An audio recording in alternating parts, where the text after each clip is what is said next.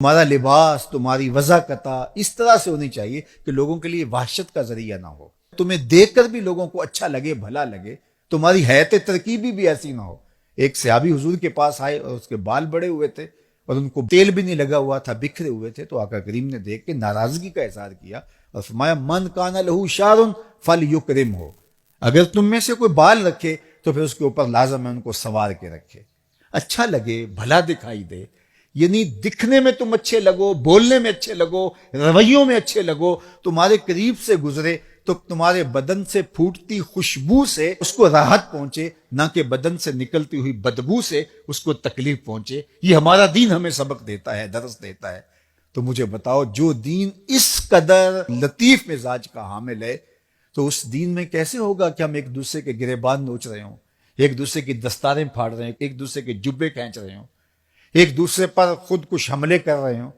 اور جو ہے وہ اپنے بدن پہ بام باندھ کر کے انسانوں کے انبوہ میں گھس کر کے بکھرتے ہوئے لاشوں پر جشن منا رہے ہوں، گالی گلوچ کا تصور ہم دین قرار دے دیں اور اس معاشرے کے اندر تلخیاں بھر دیں اور ایک دوسرے کے لیے نفرتوں کے الاؤ روشن کر دیں اور ماحول کے اندر غلاظت ہی غلاظت پھیل جائے۔ ہمارا دین نرم دین ہے، ہمارا دین محبتوں کا دین ہے۔ اللہ نے اپنے محبوب سے کہا لو کنت فظا غلیظ القلب لانفضوا من حولک، محبوب اگر آپ ترش مزاج ہوتے تو اتنے گرد جو آپ کے لوگ جمع ہوئے ہیں کبھی بھی جمع نہ ہو پاتے۔ یہ آپ کے خلق کی کرشمہ سازی ہے، یہ آپ کے بدن سے پھوٹتی ضیائیں اور محبتوں کی مہک ہے کہ اتنے لوگ پروانہ وار آپ کے گرد جمع ہو گئے ہیں۔ اس لیے اپنی زندگی کو خوبصورت بنائیں، اپنے وجود کو مؤثر بنائیں،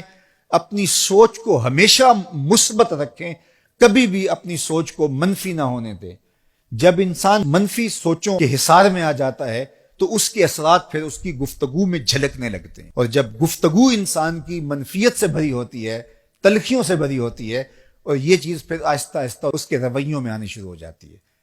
اور وہ رویے پھر آہستہ آہستہ اس کی عادت بن جاتے ہیں، اور وہ عادت اس کی شخصیت کا حصہ بن جاتی ہیں۔ اور کسی شخص کے بارے میں جب رائے دی جاتی ہے تو اس کی ان عادات کی وجہ سے اس کے بعد رائے قائم کی جاتی ہے۔ تو اس کا آغاز سوچ سے ہوتا ہے، تو اپنی سوچ کو مثبت رکھنا ہے،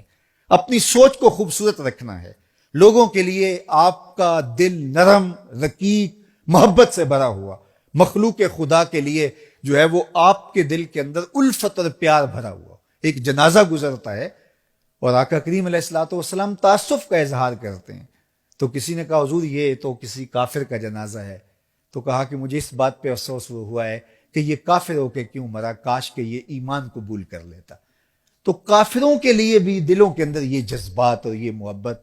کہ کاش کہ وہ بھی ایمان کی دولت سے مالا مال ہو جائیں۔ نفرت گناہ سے ہے، نفرت گناہ گار سے نہیں ہے۔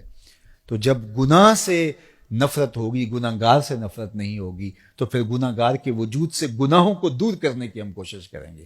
نہ کہ ہم جو ہے وہ گناہ گار سے دور ہونے کی کوشش۔ تو یہ وہ عمل ہے کہ جو ہماری شخصیت کو خوبصورت بناتا ہے۔